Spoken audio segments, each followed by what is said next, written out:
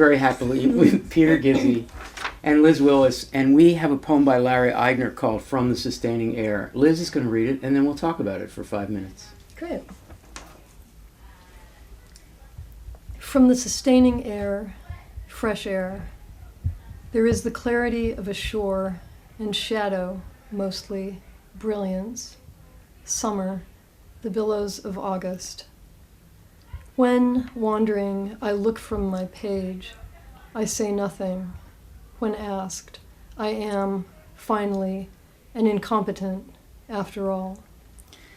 Let's do something with the I look from my page line, right? That's the first sort of clear reference in this poem that this is a poet working on a page, right? Mm-hmm.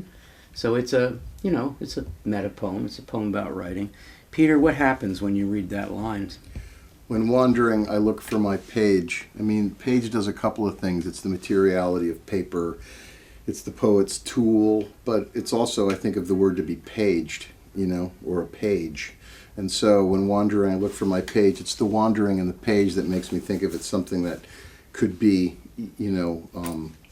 like a, what's the word? Like a page is somebody who is a scout or goes ahead. Something like that. Yeah. That's what I'm thinking. Liz, it's so much of Eigner poem about opening the window and try to get as much nature as possible. There's a lot of looking out windows in Eigner. And then there's that, he's clearly writing while he's doing this, which is a sort of standard, almost romantic approach. So what happens when he looks from the page and says nothing? You'd think that he's got so much to say about this fresh air. Yeah. But he does have a lot to say. He just says it on a page, right? And I think there's something about, if you think about the constricted life that Larry Eigner read, the concept of wandering, like he wandered a lot on pages.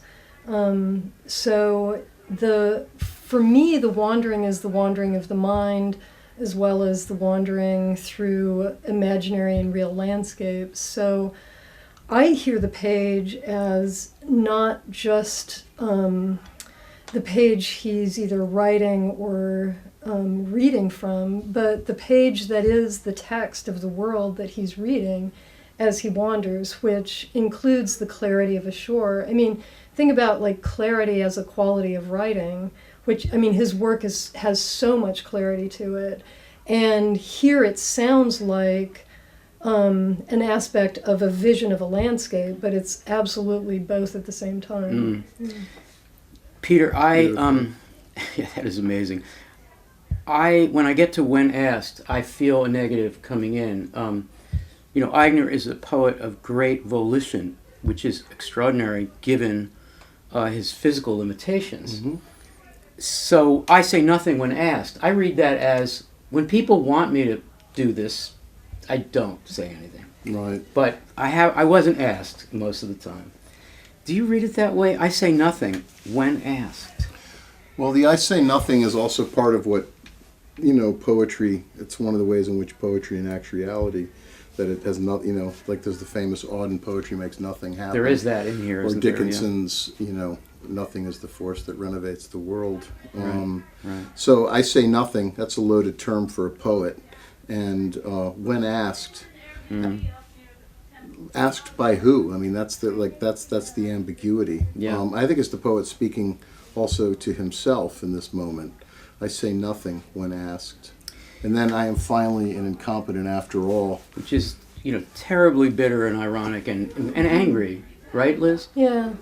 Yeah, I think it's sort of, when asked, I think that implies somebody asking for an explanation, like, what were you looking at, right? Mm-hmm. The answer is the poem, right? So, but if you have to explain, you can't explain it. It sounds ridiculous. So it sounds incompetent, in fact, or like, what are you looking at? Yes. Yeah. And incompetent is a powerful, powerful legal word in the world of physical disability. Absolutely. Exactly. Right? Yeah, so, if you're nice. declared incompetent, that's a double thing. Yeah. So let's wrap up this conversation. I keep hearing in the background the poet of the early 19th century looking outdoors, breathing in the fresh air, and saying that he or she wanders like a lonely cloud. That's kind of implicit. We don't have explicitly a cloud, but we have the sustaining air, and we have clarity, and billows, and then wandering. But the wandering is textual. Can we go? Am I wrong in hearing that kind of modern version of the romantic nature poem? I think it's absolutely there. I mean, actually, I think that's my favorite Wordsworth poem. I wandered lonely as a cloud. Like the sense that the agency within nature is not less than the agency within a human. Right. And so there's a kind of comfort in having a sense of the dialogue between the two. Yes. When, wandering, I look for my page is such a Wordsworthian line. Beautiful. Peter, final thought on this poem?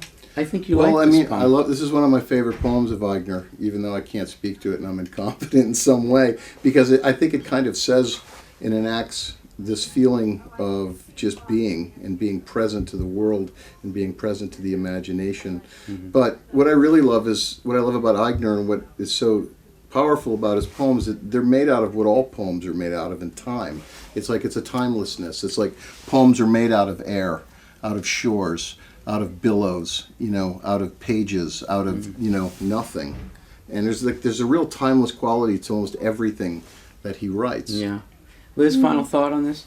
Well, I was struck in listening to you both speak also about his use of commas. And with Eigner, in part, I think because of his disability and the fact that he worked with a typewriter, I'm really conscious of punctuation, and just thinking of the way that he uses these passages creates a sense of passage in the commas on either side of mostly and wandering and finally. Feel like they do have to do with having the sense of something blowing through that you're kind of touching for a moment. The poem is Larry Eigner's From the Sustaining Air. Thank you both. This was fun. Thanks. If you liked this episode, watch another and subscribe. And join us for ModPo, a free and open course at modpo.org.